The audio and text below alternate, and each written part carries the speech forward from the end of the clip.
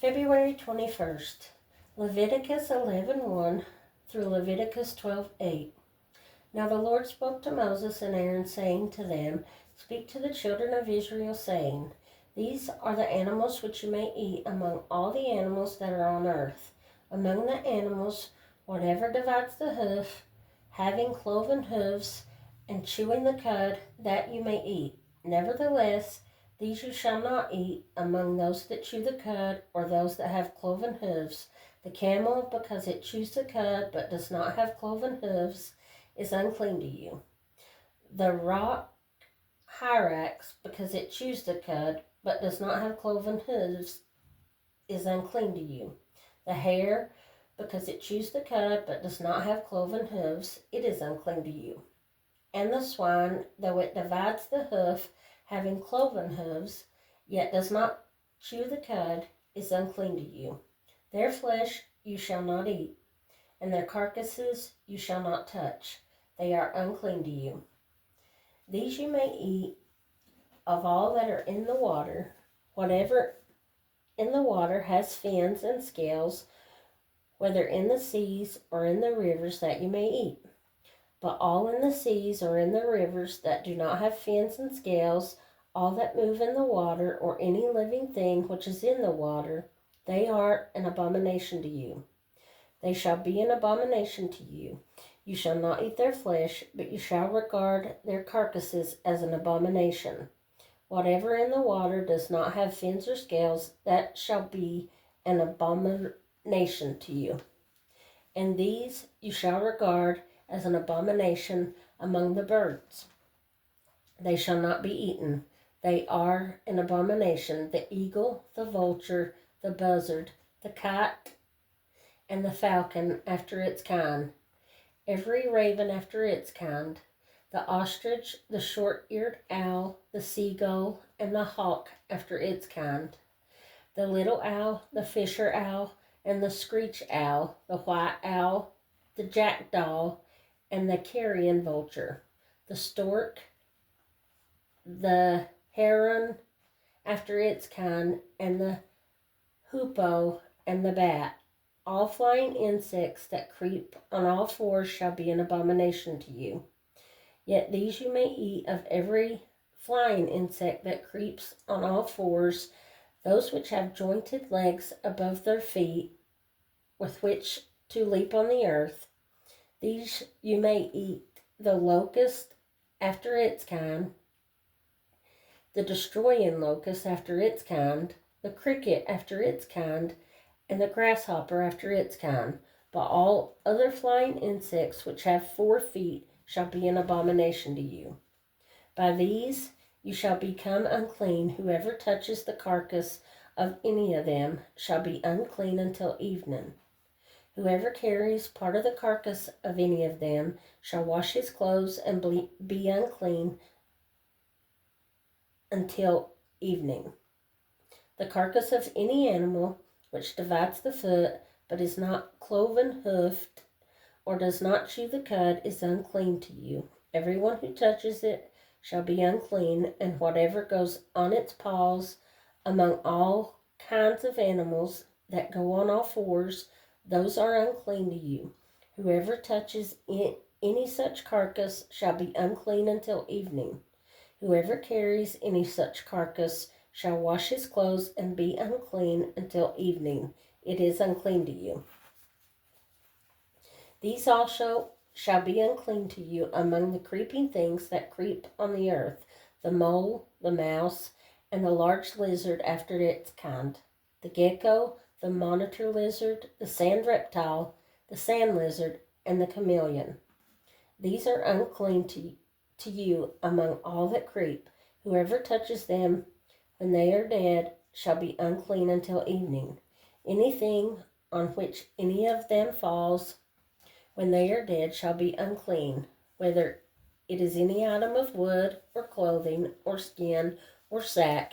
Whatever item it is in which any work is done, it must be put in water, and it shall be unclean until evening. Then it shall be clean. Any earthen vessel into which any of them falls you shall break, and whatever is in it shall be unclean. In such a vessel, any edible food upon which water falls becomes unclean, and any drink that may be drunk from it becomes unclean. And everything on which a part of any such carcass falls shall be unclean, whether it is an oven or cooking stove. It shall be broken down, for they are unclean, and shall be unclean to you. Nevertheless, a spring or a cistern in which there is plenty of water shall be clean, but whatever touches any such carcass becomes unclean. And if a part of any such carcass falls on any planting seed which is to be sown, it remains clean. But if water is put on the seed, and if water is put on the seed, and if any part of any such carcass falls on it, it becomes unclean to you. And if any animal which you may eat dies, he who touches its carcass shall be unclean until evening. He who eats of its carcass shall wash his clothes and be unclean until evening. He also who carries its carcass shall wash his clothes and be unclean until evening. And every creeping thing that creeps on the earth shall be an abomination. It shall not be eaten. Whatever crawls on its belly, whatever goes on all fours, or whatever has many feet, among all the creeping things that creep on the earth, these you shall not eat, for they are an abomination. You shall not make yourselves abominable with any creeping thing that creeps, nor shall you make yourselves unclean with them, lest you be defiled by them. For I am the Lord your God. You shall therefore consecrate yourselves, and you shall be holy, for I am holy. Neither shall you defile yourselves with any creeping thing that creeps on the earth, for I am the Lord who brings you up out of the land of Egypt to be your God. You shall therefore be holy, for I am holy. This is the law of the animals and the birds and every living creature that moves in the waters, and of every creature that creeps on the earth, to distinguish between the unclean and the clean, and between the animal that may be eaten and the animal that may not be eaten. Then the Lord spoke to Moses, saying, Speak to the children of Israel, saying, If a woman has conceived and born a male child, then she shall be unclean 7 days. As in the days of her customary impurity, she shall be unclean. And on the 8th day, the flesh of his foreskin shall be circumcised. She shall then continue in the blood of her purification 33 days. She shall not touch any hallowed thing, nor come into the sanctuary until the days of her purification are fulfilled. But if she bears a female child, then she shall be unclean 2 weeks, as in her customary impurity, and she shall continue in the blood of her purification 66 days.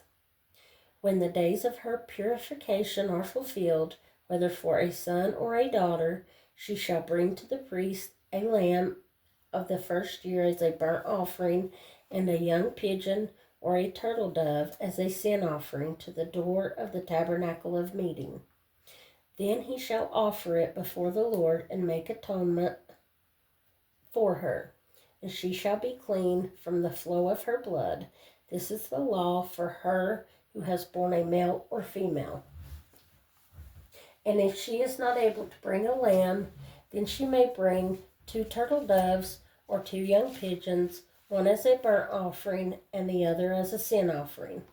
So the priest shall make atonement for her, and she will be clean. Mark 5:21 through 43.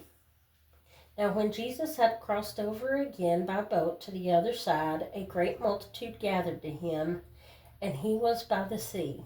And behold, one of the rulers of the synagogue came, Jairus by name. And when he saw him, he fell at his feet and begged him earnestly, saying, My little daughter lies at the point of death. Come and lay your hands on her, that she may be healed, and she will live. So Jesus went with him, and a great multitude followed him and thronged him. Now a certain woman had a flow of blood for 12 years, and had suffered many things from physicians. She had spent all that she had, and was no better, but rather grew worse. When she heard about Jesus, she came behind him in the crowd and touched his garment. For she said, "If only I may touch his clothes, I shall be made well." Immediately the fountain of her blood was dried up, and she felt in her body that she was healed of the affliction. And Jesus, immediately knowing in himself that power had gone out of him, turned around to the crowd and said, "Who touched my clothes?"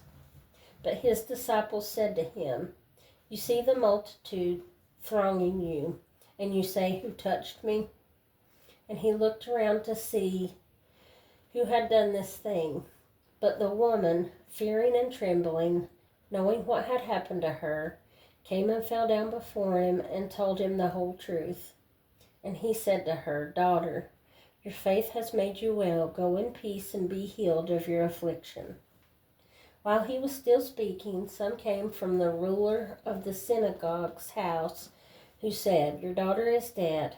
Why trouble the teacher any further?" As soon as Jesus heard the word that was spoken, he said to the ruler of the synagogue, "Do not be afraid, only believe." And he permitted no one to follow him except Peter, James, and John, the brother of James. Then he came to the house of the ruler of the synagogue and saw a tumult and those who wept and wailed loudly.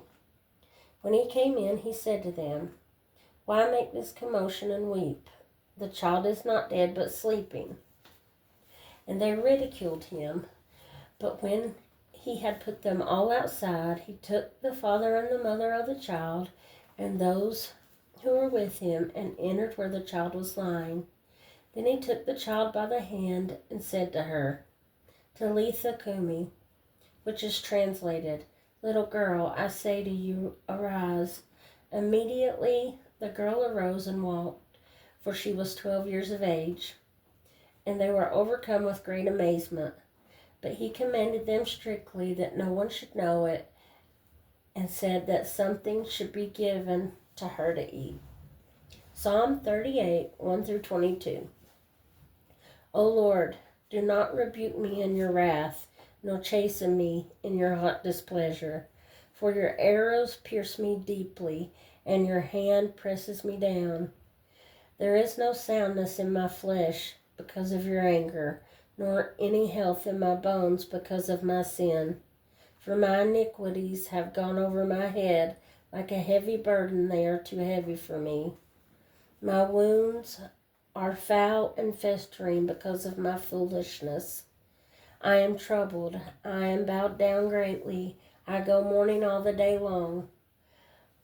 For my loins are full of inflammation, and there is no soundness in my flesh. I am feeble and severely broken. I groan because of the turmoil of my heart. Lord, all my desire is before you, and my sighing is not hidden from you. My heart pants, my strength fails me. As for the light of my eyes, it also has gone from me. My loved ones and my friends stand aloof from my plague, and my relatives stand afar off. Those also who seek my life lay snares for me. Those who seek my hurt speak of destruction and plan deception all the day long. But I, like a deaf man, do not hear, and I am like a mute who does not open his mouth. Thus I am like a man who does not hear, and in whose mouth is no response. For in you, O Lord, I hope.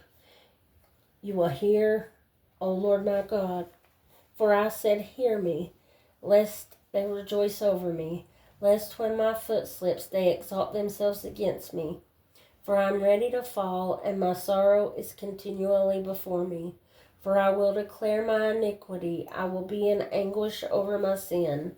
But my enemies are vigorous, and they are strong, and those who hate me wrongfully have multiplied. those also who render evil for good. They are my adversaries because I follow what is good. Do not forsake me, O Lord. O my God, be not far from me. Make haste to help me, O Lord, my salvation. Proverbs 10:8 and 9. The wise in heart will receive commands, but a prating fool will fall. He who walks with integrity walks securely, but he who perverts his ways will become known.